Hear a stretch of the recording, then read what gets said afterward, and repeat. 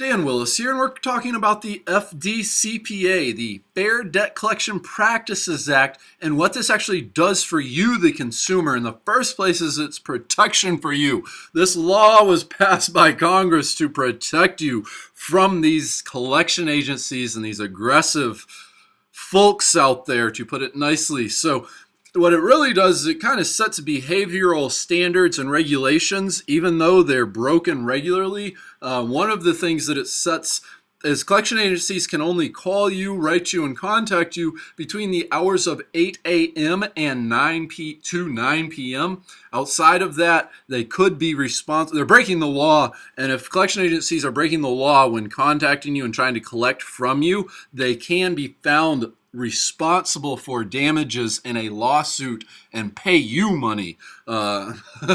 They cannot write or call your employer and your neighbors, and sometimes you will need, I would encourage you to, especially when it comes to work, but you'll have to send a cease and desist letter, and you should do this with return receipt requested using certified mail, and that way you'll have proof and documentation that they did get your letter. And this, according to the laws, requires them to stop contacting you, and they cannot contact other people about your debt. They can still, however, move forward with a tax lien or a judgment or legal action if they so choose, which you will be notified about, but they cannot contact you anymore for collecting the debt.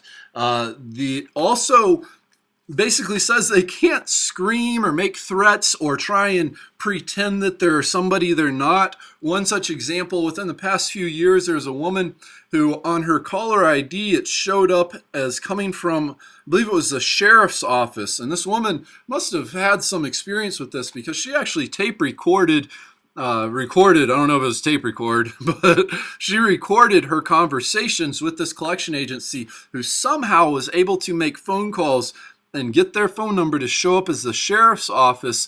And basically they broke every rule under the book and on the books. And she was awarded, I think it was like $1 million, which she didn't expect to collect, and I'm sure she hasn't collected. But you have to really be careful because these guys will do just about anything. There are regular reports every single year of the FTC, that's the Federal Trade Commission, that's the body that is part of the government, who fines these collection agencies because they don't follow this law, the Fair Debt Collection Practices Act, and they break the law and they infringe on consumer rights. So please be very cautious.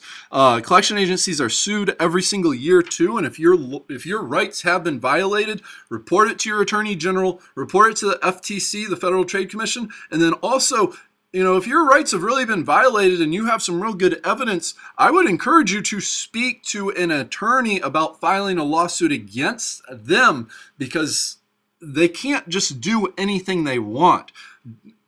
Unfortunately, collection agencies are notorious for not listening to people, one, and then two, making mistakes. I mean, they've gotten judgments placed against people that never had debts, judgments, civil lawsuits, where, let's say tomorrow you wake up from bed and you can literally have your wages, your paycheck garnished for a judgment that may not even have been your account. So you wake up tomorrow and next thing you know, you see $300 is taken out of your paycheck, and for no reason other than this super aggressive collection agency went after you, assuming that you had the same name.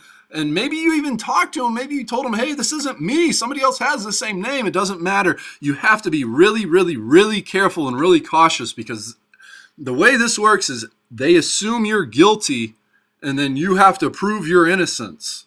And you really have to be careful when it comes to dealing with collection agencies. I would encourage you to not deal with them at all. But the biggest thing about the Fair Debt Collection Practices Act, and the biggest weapon it gives you, is you can dispute every single debt. Anytime you are ever contacted by a debt collector or a collection agency, your first step should always be to ask for debt validation.